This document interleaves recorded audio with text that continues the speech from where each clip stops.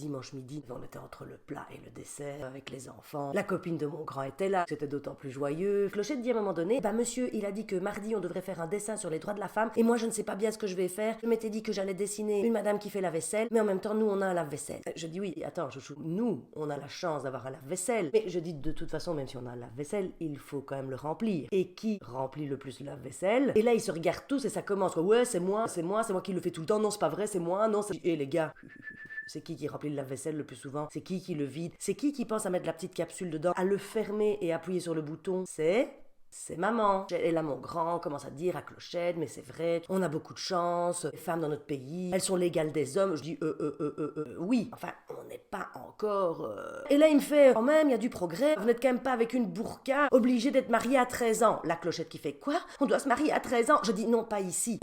Écoute, je dis, c'est quoi ce genre de réflexion? Bien sûr qu'on n'a pas une burqa, Dieu merci qu'on n'a pas une burqa. J'allais m'énerver. Je dis, c'est ça ton argument? Je dis que parce qu'on a la chance de ne pas avoir un grillage complet devant le visage. Oh putain, quand tu regardes à travers le petit grillage, ça doit faire mal à la tête. Ben je dis oui, ça fait mal à la tête. Ça ne fait pas mal qu'à la tête. Ouais, t'énerve pas. Mais je dis si je m'énerve. Vous croyez que nous ici, on a tout résolu? Mais non. Moi j'ai grandi quand même avec des schémas. Je dis ils sont toujours là. Par exemple, ma grand-mère me répétait quand j'étais petite, une femme sans mari est un navire sans gouvernail. Est-ce que Bouddha ne fait pas? Bah alors maman, toi t'es vachement perdue. Hein.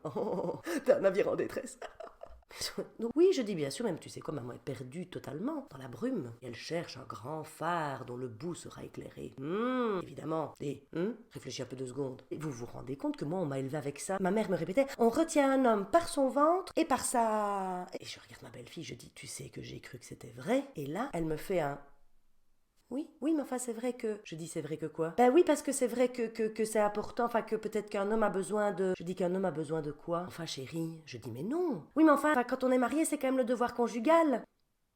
Je dis le devoir conjugal, je dis on utilise encore cette expression. Ben je sais pas, on se le dit entre copines, c'est notre devoir conjugal, c'est notre devoir conjugal. Et je me suis dit après, mais en fait, mais donc ça n'a pas changé. Donc ça veut dire que dans notre inconscient collectif, en tant que femme, nous pensons peut-être encore que nous devons combler notre mari, notre compagnon, notre amoureux, d'une certaine manière, pour que quoi?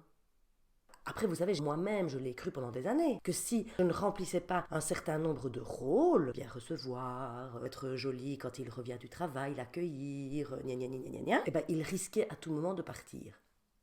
Donc là, j'ai regardé ma belle-fille, je dis, mais tu sais, dans un couple, évidemment qu'il faut nourrir la relation et que si on ne donne rien à l'autre, je veux dire, à un moment donné, enfin, je veux dire, ça ne fonctionne pas. Mais il ne devrait jamais y avoir d'obligation. Il ne devrait jamais y avoir le sentiment d'un devoir. Oui, bon, enfin, ça va, on peut peut-être changer de sujet. Et je dis non, c'est un sujet super important. Je dis, c'est parce que là, vous êtes dans une phase où vous êtes, vous, totalement amoureux et donc tout vous vient naturellement. Je dis, mais à un moment donné, je veux dire, quand on est après 10 ans, 15 ans, 20 ans, 30 ans de vie de couple, ça n'est plus si évident que ça. En tous les cas, je dis, il faut quand même réaliser que nous venons toutes ici au monde avec un héritage qui est terrible. Je veux dire, mon grand-père italien s'asseyait à table, grand-mère enlevait ses chaussures et elle lui lavait les pieds. Et là, il y a Bouddha qui fait, bah attends, c'est super sympa. Je n'ai pas dit que ce n'était pas sympa. Je dis moi aussi, quand je rentre d'avoir été joué au théâtre, je veux bien que tu m'attendes avec une petite bassine, que tu délasses délicatement mes chaussures, que tu les retires, que tu frottes mes pieds avec de l'eau chaude, puis que tu les sèches avec tes cheveux. Mes cheveux sont trop courts. Je blague. C'est comme Marie-Madeleine dans la Bible, où elle sèche les pieds de Jésus avec ses cheveux. Moi, je trouve ça formidable aussi, si les hommes le font aussi. Tout est toujours une question d'égalité. Moi, je n'ai aucun souci à remplir un lave-vaisselle, à faire tourner du linge, à replier des slips. Si quelqu'un replie à un moment donné mes culottes, fait tourner mon lave-vaisselle et pense à moi. Là, il y a Clochette qui repasse. La Clochette, c'est Clochette. Hein. Je veux dire, elle vole autour de nous comme ça. Je sais pas ce qu'elle fait. Elle sort de la pièce, elle revient. Enfin bon, voilà. Elle dit, bon, j'ai quand même un peu écouté tout ce que vous avez dit. C'est quand même vraiment pas drôle. Et je ne comprends quand même vraiment pas pourquoi il faut retenir un homme par son ventre et par sa bistouquette. Je dis, pardon? Oui, c'est ça que tu as dit. Ça, c'est sa bistouquette. Enfin, c'est quand même un peu bizarre de dire ce genre de choses. Parce que si on le tient par sa bistouquette, ça va lui faire mal à un moment donné. Oui. Non, tout à fait, on ne tient personne par sa bistouquette. On est bien d'accord. En fait, ma chérie, ce qu'il faut se rappeler, et par rapport aux droits de la femme, c'est que nous avons le droit de vivre de manière égale aux hommes. On n'est pas mieux, on n'est pas moins bien. Voilà, ça c'est le...